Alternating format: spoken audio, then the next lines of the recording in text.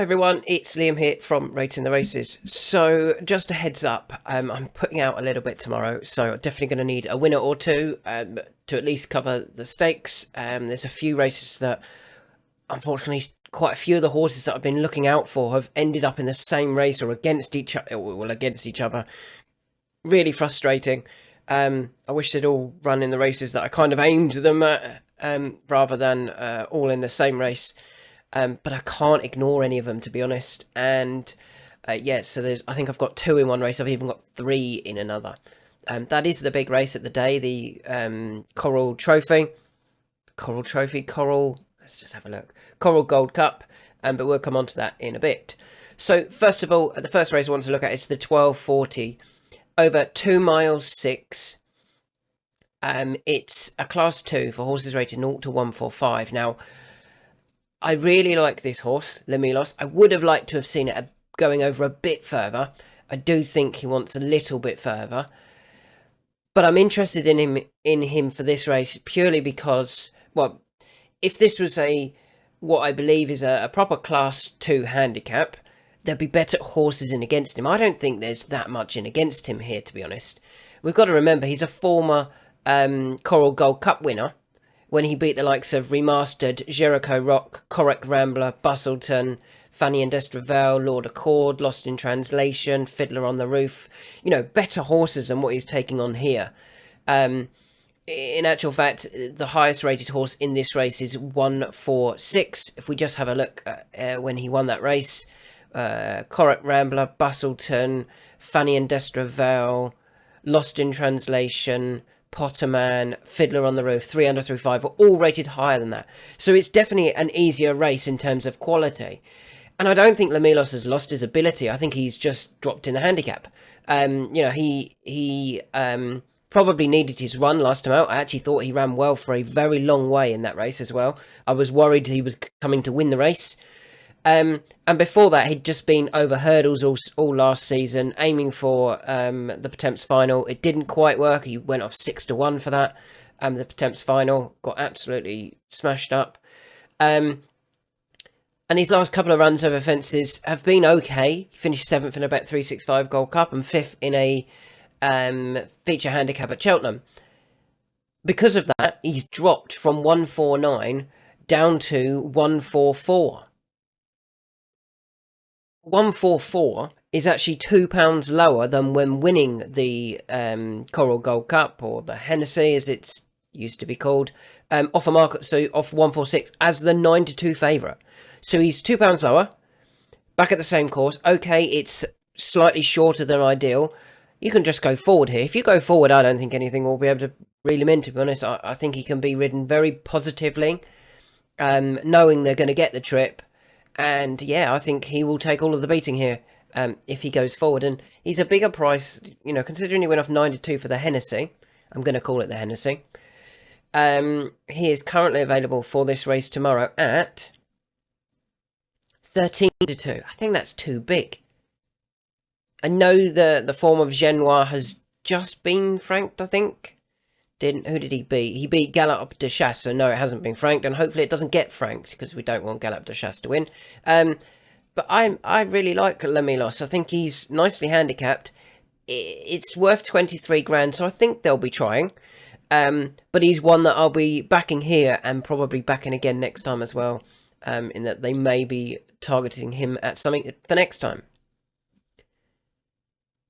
We're going to skip the 1245 at Fairyhouse and we'll come back to that. We'll move on to the 154 at Newbury.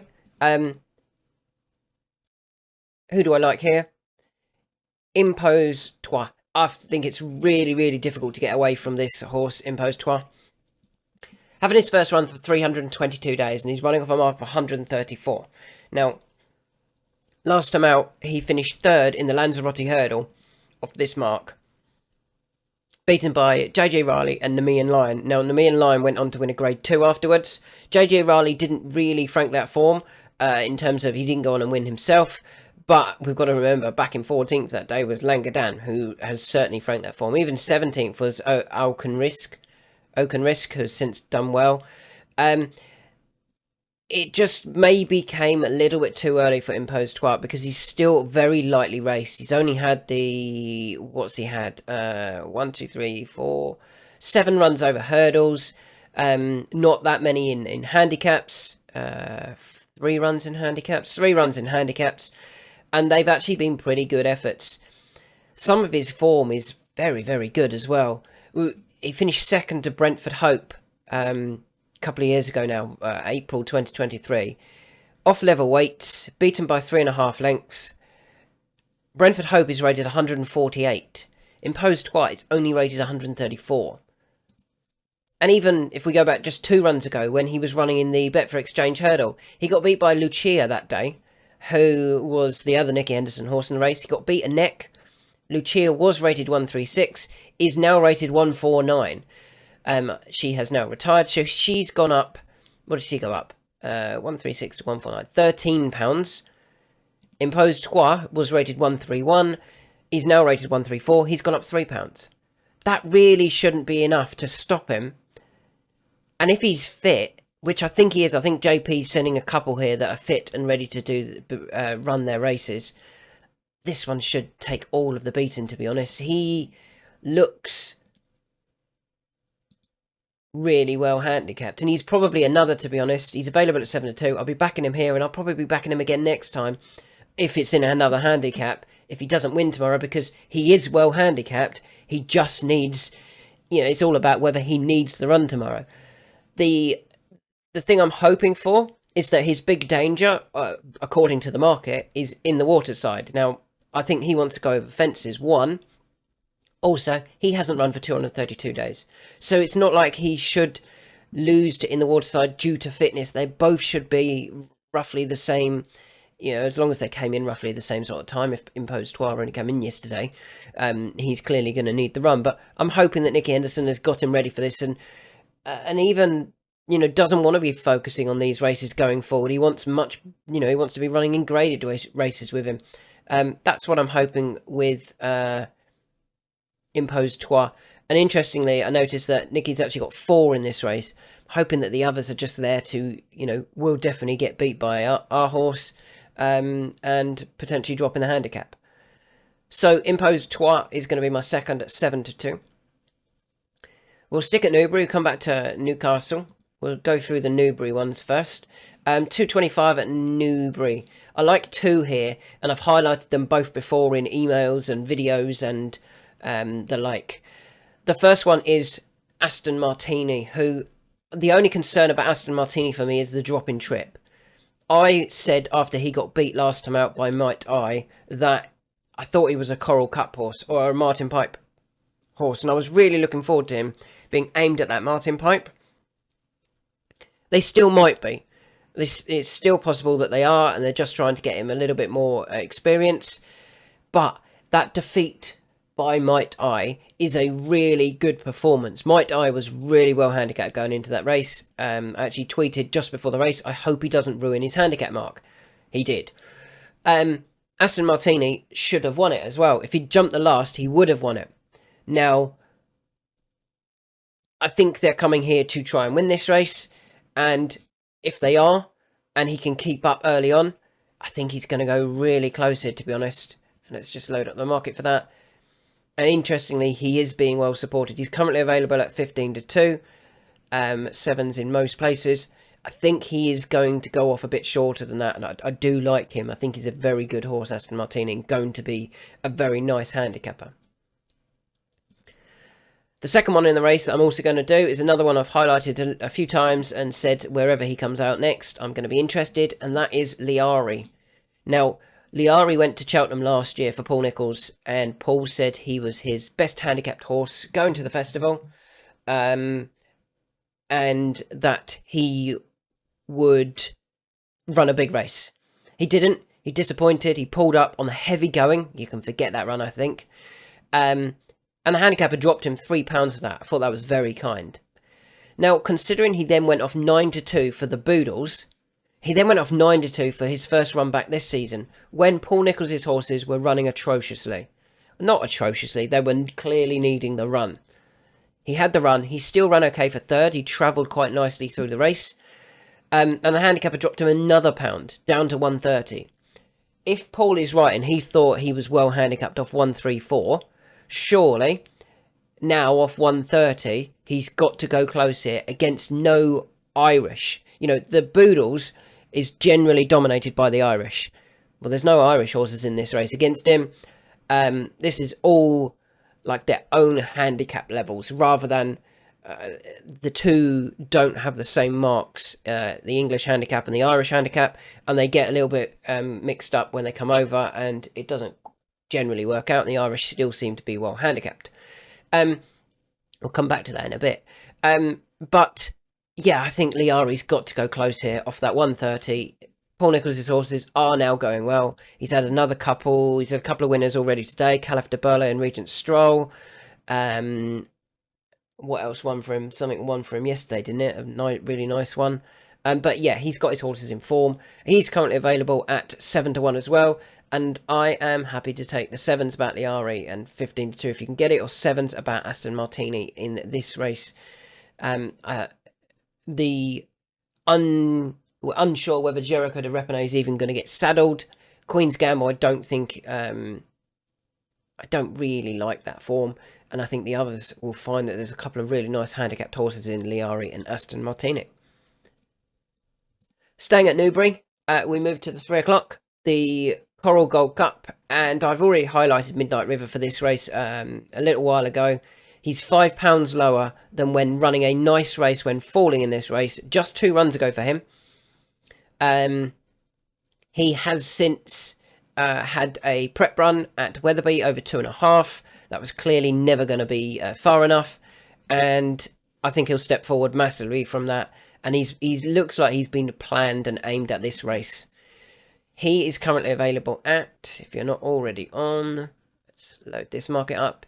He's currently available at, not 12s, 9s. He's currently available at 9s. I think he'll run well.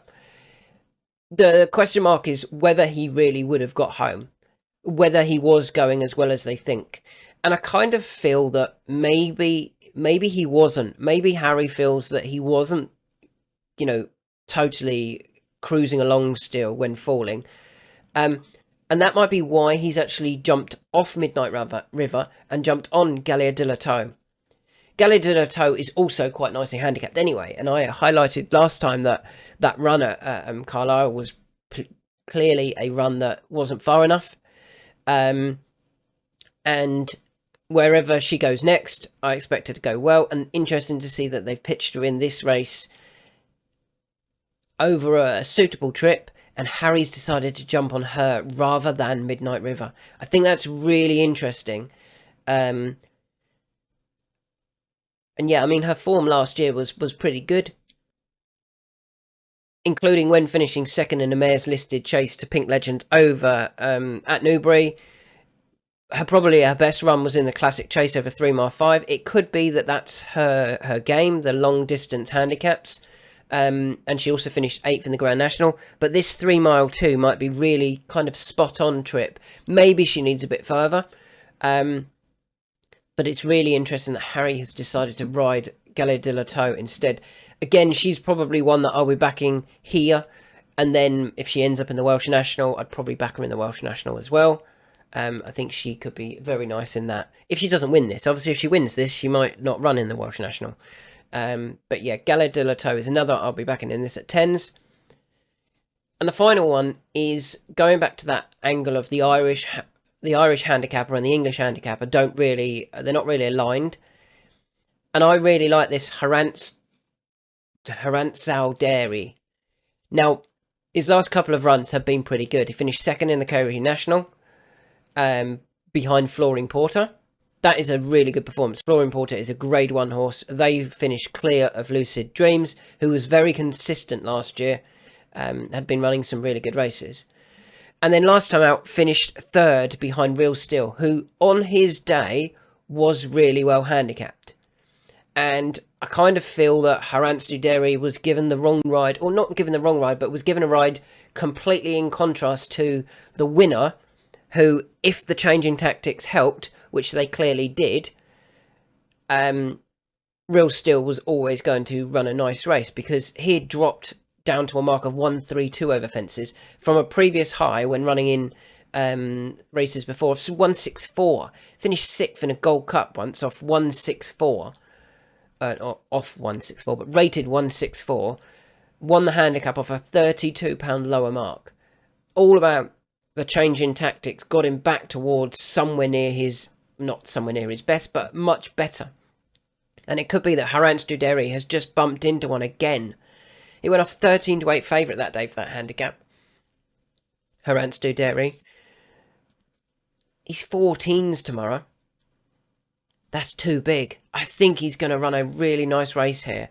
Does he have a horse that has dropped that much in the handicap? Or is a grade 1 horse as Flooring Porter is? No, not in my opinion. I don't think there's a grade 1 horse in this race. Just double checking that. Nope. And I don't think there's a horse that's dropped ridiculously far in the handicap and he's going to be given a different ride to bounce back. RatingTheRaces is too big at 14s. So I'm going to back them all because they've all ended up in the same race, which is very frustrating.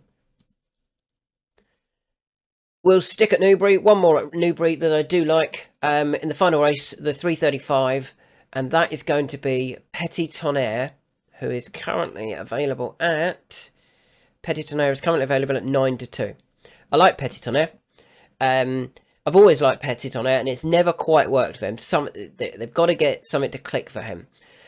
I thought his effort at Aintree, it almost did click when he went off the 3-1 joint favourite with Imperial Saint. Now, he's actually £12 better off with that horse. Imperial Saint went back to Aintree and won again. And Petit Tonnerre ends up being £12 better off. Straight away, that's a lot. That's a lot to be, considering they went off 3-1 joint favourites and now they're 9-2, 5-2, and he's £12 better off. I think straight away, Petit Tonnerre is too big or Imperial Saint is too short, and I think it's the former. I think Petit Tonnerre is too big. Petit Tonnerre then went into the Grade 2 Arkle Trial, finished a well-beaten 6th, never involved. Doesn't want that. What he wants is a really fastly run 2 mile. This is over 2 mile and 92 yards at Newbury, but the long straight I think will really suit him because I think he'll start to make ground just as they start to come into the straight, and he'll be getting there and getting there and getting there, and hopefully coming towards the last he'll be jumping alongside potentially Imperial Saint and going away after the last. I do like this horse. They just need to find how to keep him involved early on. But yeah, I'm quite happy with 92. I think he is overpriced. I think he will run a really nice race here. Okay, let's go to Newcastle for the 3... No, let's go to Newcastle for the 210. The 210 at Newcastle is the fighting 5th. And my angle here, I think the Supreme Novice horses are better than the Triumph Hurdle horses. Now, I know Sir Gino didn't actually run in the Triumph. He's the 4-year-old staying in, into this company. Mystical Power is the 5-year-old. And to be fair to Mystical Power, did nothing wrong all season last year. Won pretty much everything he could. The only time he got beat was actually at the Cheltenham Festival when he just got outstayed on the very soft ground. It's not soft ground tomorrow. I think he will have the speed to beat the likes, to beat Sir Gino. Firefox, he turned away.